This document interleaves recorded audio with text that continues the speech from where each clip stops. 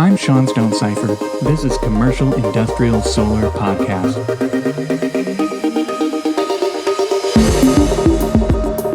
Will on-site solar be viable where my property is? Imagine you're in charge of sustainability strategy for a national property portfolio and you're ready to assess solar opportunities. Perhaps a property in Florida would be a great place to start. The Sunshine State, right? And you would be correct. Florida is a great state for solar opportunity, but you know what's an even better state for commercial solar than Florida? Unless you've been up to your waist in national solar policy, you'd never guess it's Illinois. So let's talk about why New York, Pennsylvania, Illinois, and New Jersey, and the rest of New England are every bit as exciting to build a solar project in as Arizona, Florida, or California. I'll tell you in advance, it's all about jurisdiction, and if you have a regional or national property portfolio, here's how you prioritize. The number one factor in commercial solar financial viability is the cost of electricity. You see, ultimately, we're building assets that produce something of economic value, and what on-site solar produces for you is kilowatt hours. Well, what's the value of kilowatt hours produced by solar?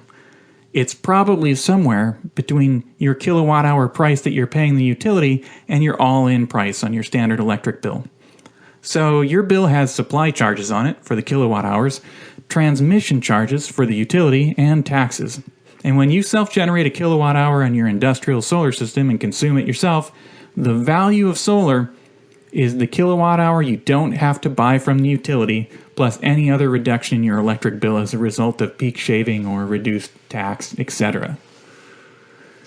So, here's the nitty-gritty. You could be getting electricity for 5.5 cents all in Ohio, but it's pretty common to be paying 18 to 25 cents in California. So if I build the same system in both places, the economic value of the production is 350 to 450% as much in California per the cost of electricity. In some states, with some properties with very high volume and demand, we've seen rates as low as 4 cents, just so you have an idea of what the range of possibilities are. So let's get back and pick up the sunlight calculation we talked about earlier. National Renewable Energy Labs provides a multiplier for every zip code in the U.S., where if you place the same size on-site solar system in both places, you can apply the multiplier respectively to each site and compare the production. It's a conservative estimate as well, which is nice. It's called a P90 estimate. This is not a 50-50 over-under estimate. Given historical atmospherics on a P90 estimate, 9 out of 10 years will produce at least the estimated number of kilowatt hours. So how much difference is there between Seattle and Miami for estimated kilowatt hours?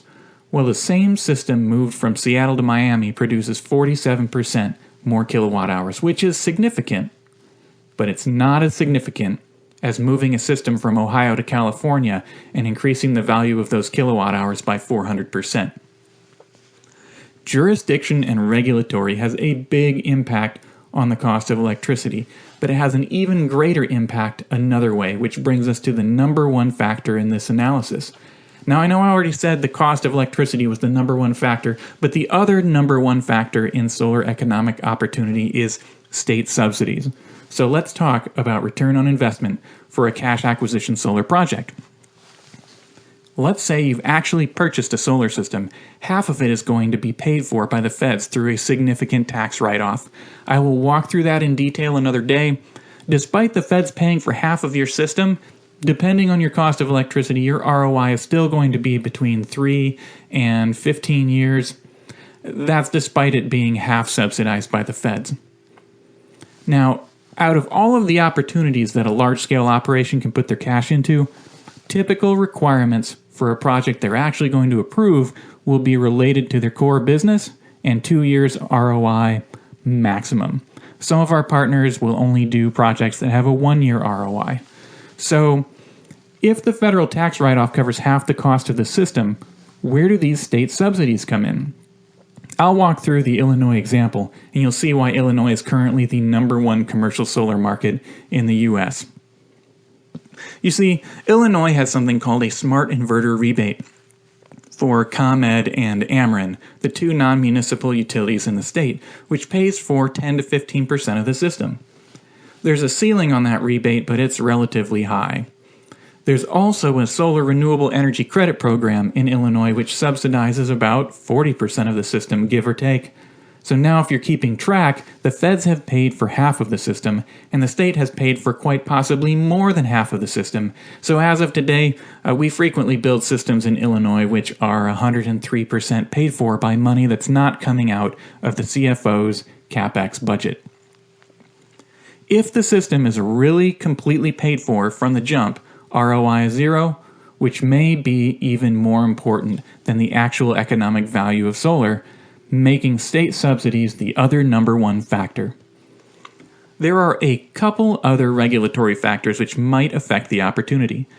Net metering is where your meter figuratively spins forward and backward. A robust net metering policy in your state can allow you to build a system that offsets 100% of your electricity.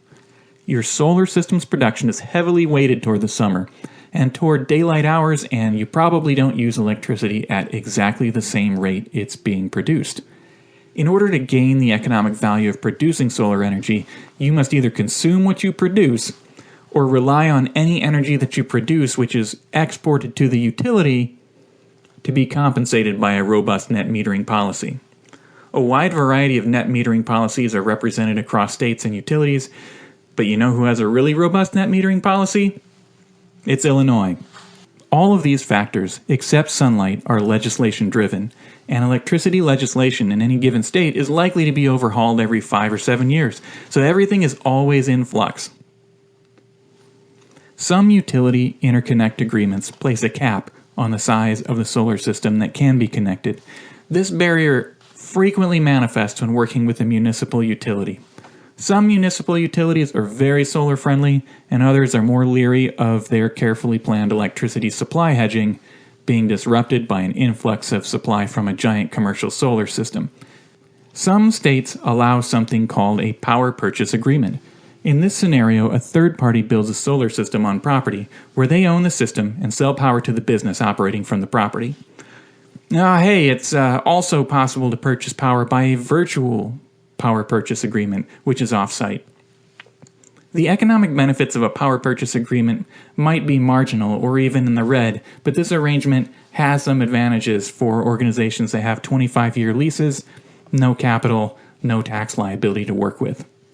There's about 15 states or so that allow power purchase agreements, which might also be referred to as third-party ownership.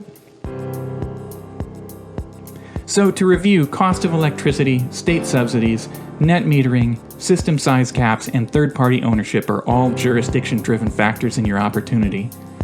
My team has some proprietary secret sauce strategies which make projects cash flow positive in every state regardless of these factors, but some still pencil better than others, and every last state is worth a look.